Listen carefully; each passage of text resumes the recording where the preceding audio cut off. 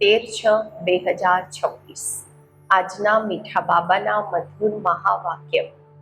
મીઠા બાપો, બાપ આવ્યા છે આખી દુનિયાથી વિકારોની તપત આગ બુઝાવવા, બધાને શીતળ બનાવવા, જ્ઞાન વરસાદ શીતળ બનાવી દે છે.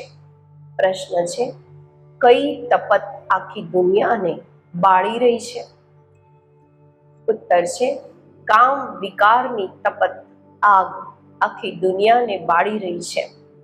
બધા કામ અગ્નિમાં બળીને કાળા થઈ ગયા છે. બાપ જ્ઞાન વર્ષાથી એને શીતળ બનાવે છે. જેમ વરસાદ પડવાથી ધરતી શીતળ થઈ જાય છે, તો આ જ્ઞાન વર્ષાથી 21 જન્મોના માટે તમે શીતળ બની જાઓ છો. કોઈ પણ પ્રકારની તપત નથી રહેતી. તત્વ પણ સતો પ્રધાન બની જાય છે.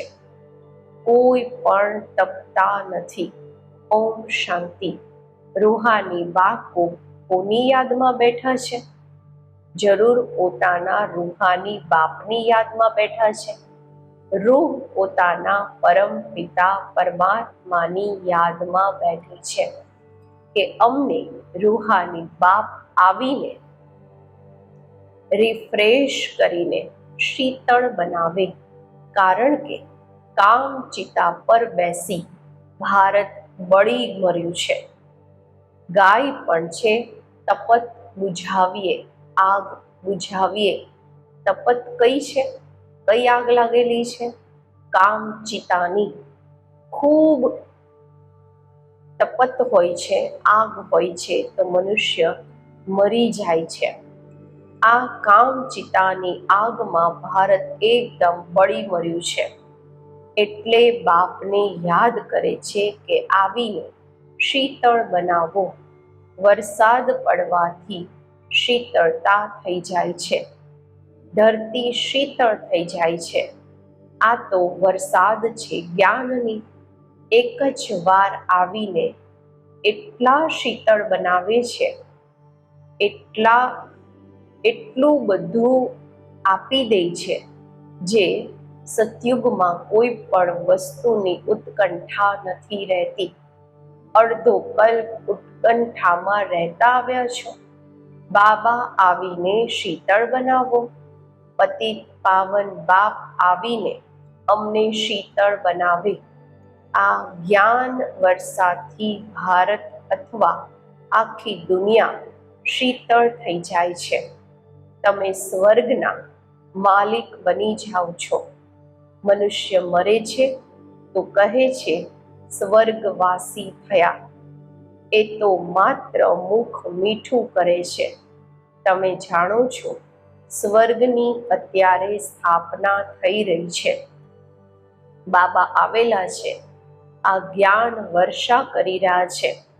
શીતળતાની અસર 21 જન્મ રહે છે. ત્યાં ન વરસાદ ન કોઈ પણ વસ્તુની ઈચ્છા રહે છે. હંમેશા બહાર જ બહાર રહે છે. ત્યાં કોઈ પણ પ્રકારનું દુઃખ નથી રહેતું. સૂર્ય પણ સતો પ્રધાન બની જાય છે. ક્યારેય તપત નથી બતાવતું. પોતાની જે આગ છે એ નથી બતાવતું. તમે આખા વિશ્વના માલિક બની જાઓ છો. અત્યારે તો ગુલામ છે ને. ગાય છે, હું ગુલામ તારો. બાપને યાદ કરે છે. હવે બાપ કહે છે, તમારી સેવામાં હું તમારો ગુલામ બનીને આવ્યો છું.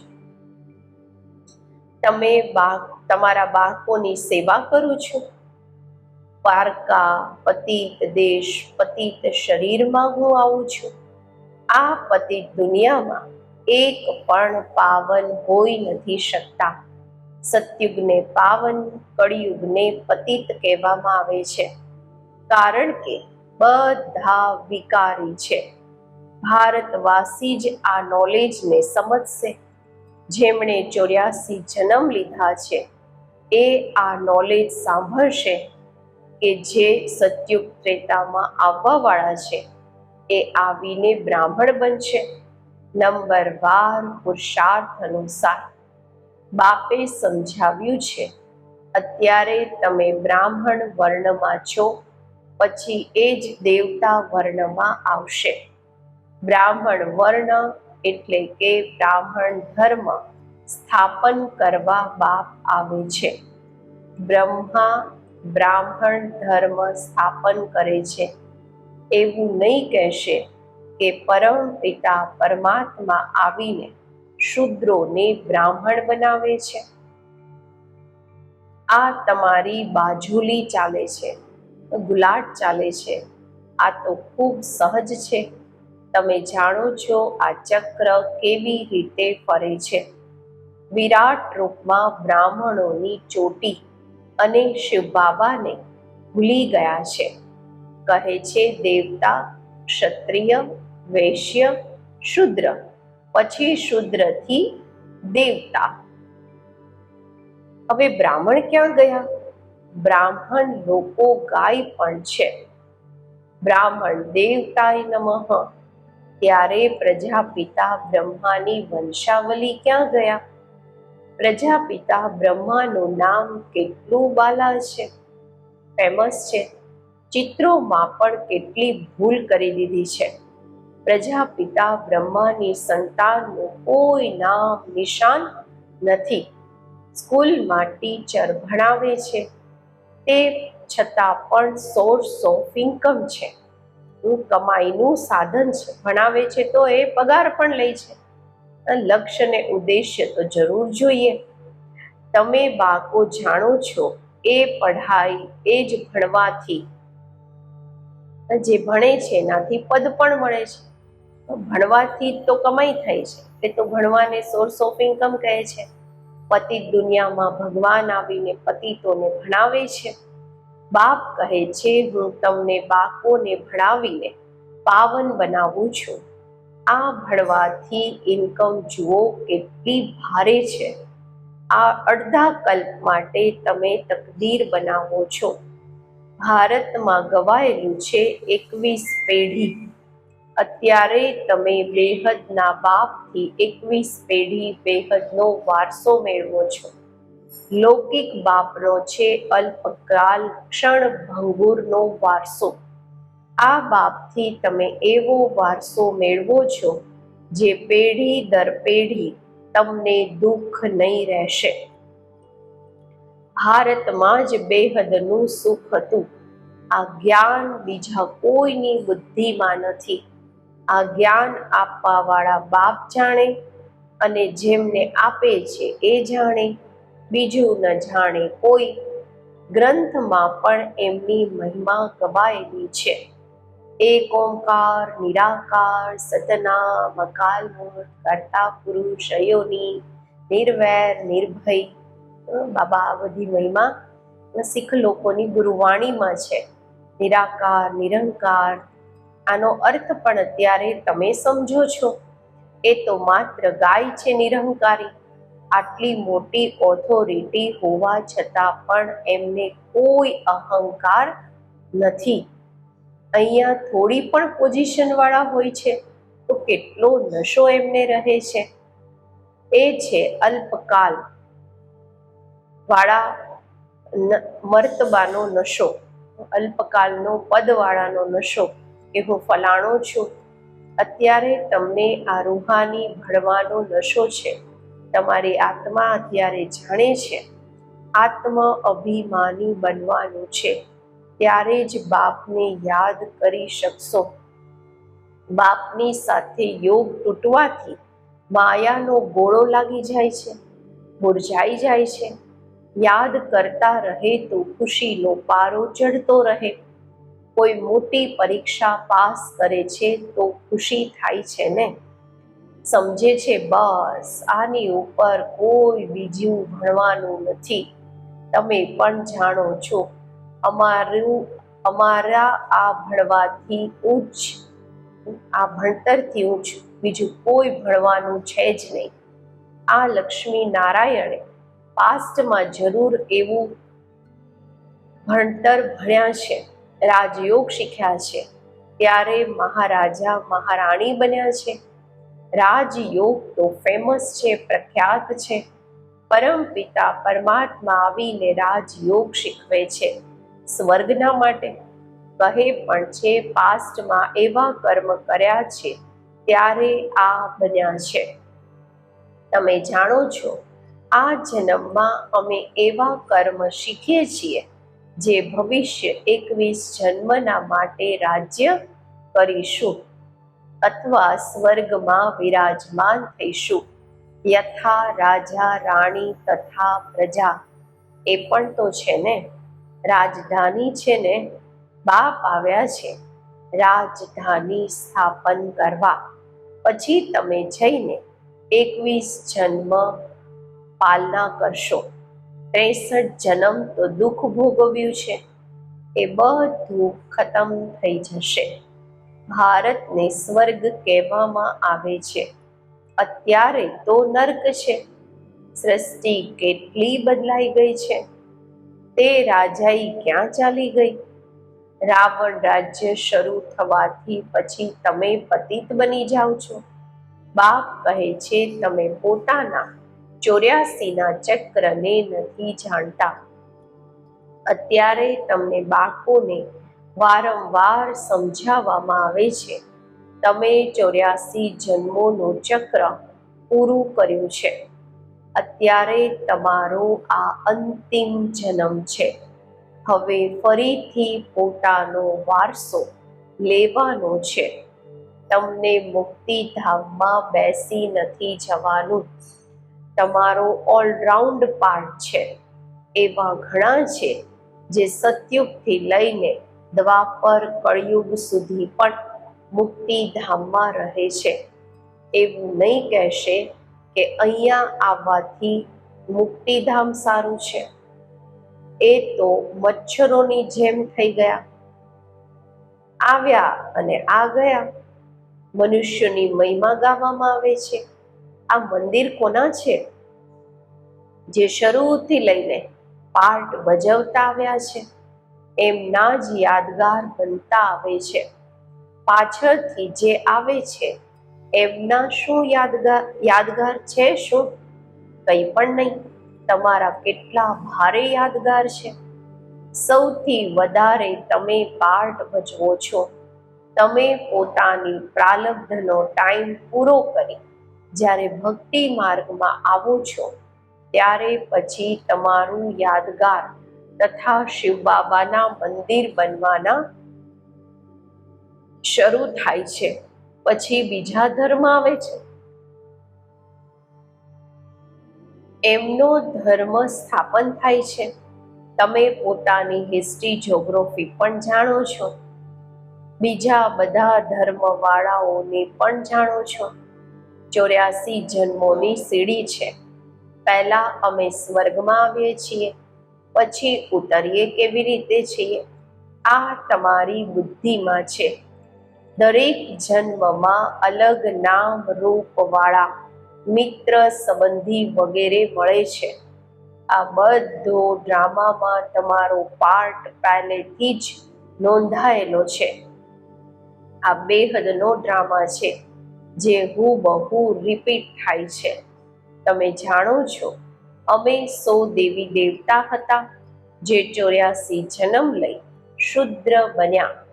પછી અમે 100 દેવી દેવતા બનીએ છીએ. મનુષ્ય તો કહી દે છે આત્મા સો પરમાત્મા. વાસ્તવમાં હમસોનો અર્થ આ છે. તે પછી કહી દે છે કે આત્મા સો પરમાત્મા, પરમાત્મા સો આત્મા. રાત દિવસનો ફરક છે ને. તમે અત્યારે આ બધી વાતોને જાણો છો. તમે અત્યારે પાંડવ બન્યા છો. કૌરવ પાંડવ ભાઈ ભાઈ હતા ને. અત્યારે બાપ મળ્યા છે તો તમે કૌરવથી પાંડવ બન્યા છો. બાપ તમને દુઃખથી લિબરેટ કરી ગાઈડ બની લઈ જાય છે. ઘરની તો કોઈને ખબર નથી. એ તો કહે છે આત્મા બ્રહ્મમાં લીન થઈ જશે. તો ઘર થોડી થયું. ઘરમાં તો રહેવામાં આવે છે, એને ઇનકોર્પોરિયલ વર્લ્ડ કહેવામાં આવે છે, નિરાકારી દુનિયા કહેવામાં આવે છે. અત્યારે તમે બાળકો જાણો છો, અમે નિરાકારી આત્મા નિરાકાર વર્લ્ડમાં બિંદીની જેમ નિવાસ કરીએ છીએ. ત્યાં પણ નિરાકારી ઝાડ છે. આ ડ્રામા બનેલો છે. બીજ અને ઝાડને જાણવાનું છે. આનું નામ જ છે વેરાયટી ધર્મોનું ઝાડ. આ મનુષ્ય સૃષ્ટિ છે. આના બીજ રૂપ બાપ છે. કેટલી વેરાયટી છે! દરેક ધર્મ વાળાના ફીચર્સ ન્યારા. પછી અહીંયા પણ એકની શકલ, એકનો ચહેરો ન વળે બીજા સાથે. આ પણ ડ્રામા બનેલો છે. કલ્પ વૃક્ષની આયુ 5000 વર્ષ છે. આ બાપ જ સમજાવે છે. મનુષ્ય એક્ટર્સ છે, અહીંયા પાર્ટ ભજવવા આવ્યા છે. આ માંડવો છે. રોશનીના માટે સૂર્ય, ચાંદ વગેરે છે. આ કોઈ દેવતા થોડી છે. આ તો બત્તીઓ છે, પરંતુ લાઈટો છે, પરંતુ સર્વિસ કરે છે. એટલે એ બધા સૂર્ય, ચાંદ એ બધા સેવા કરે છે, એટલે એમને દેવતા કહી દે છે. વાસ્તવમાં દેવતાઓ કોઈ સેવા નથી કરતા. સેવા તો તમે બાળકો કરો છો. બાપ ઓબિડિયન્ટ સર્વેન્ટ છે. બાળકો દુઃખી થાય છે તો બાપને દયા આવે છે. બાપ આવ્યા છે સમજાવવા.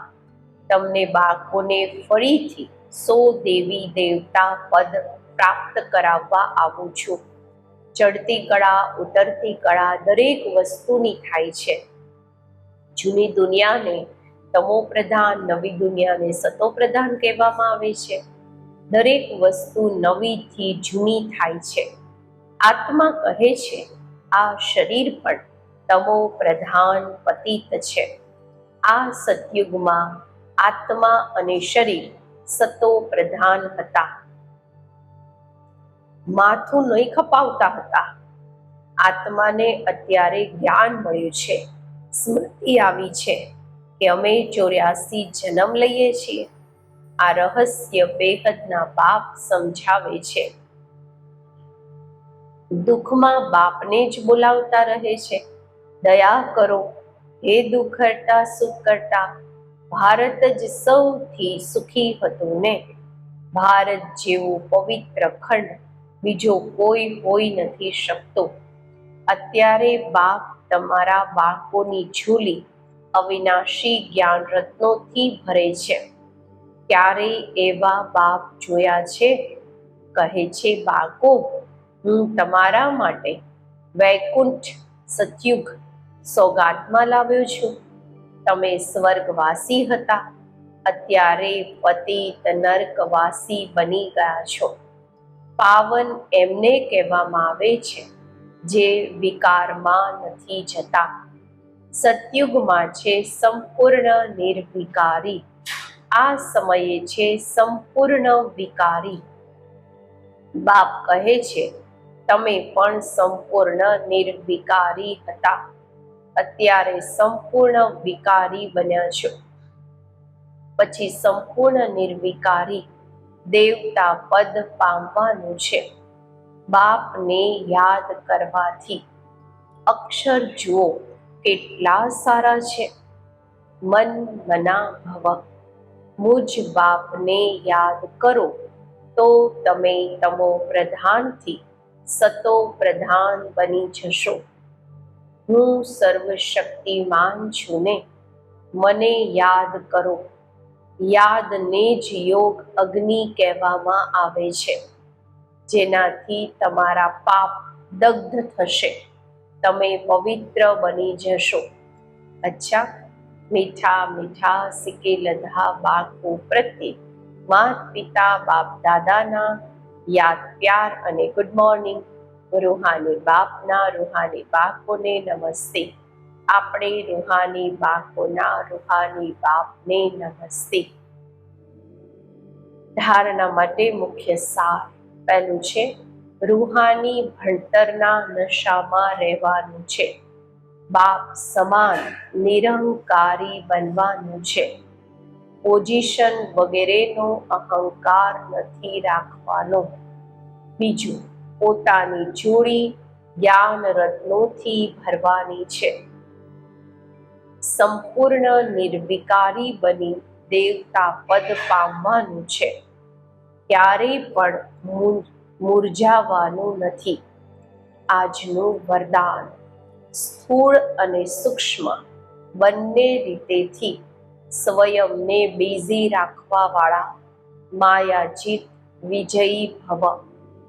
સ્વયંને સેવાધારી સમજી પોતાની રુચિ ઉમંગથી સેવામાં બિઝી રહો તો માયાને ચાન્સ નહીં મળશે.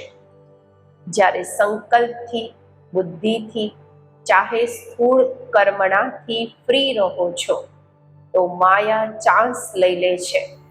પરંતુ સ્થૂળ અને સૂક્ષ્મ બંને જ રીતેથી ખુશી ખુશીથી સેવામાં બિઝી રહો તો ખુશીના કારણે માયા સામનો કરવાનો સાહસ નથી રાખી શકતી.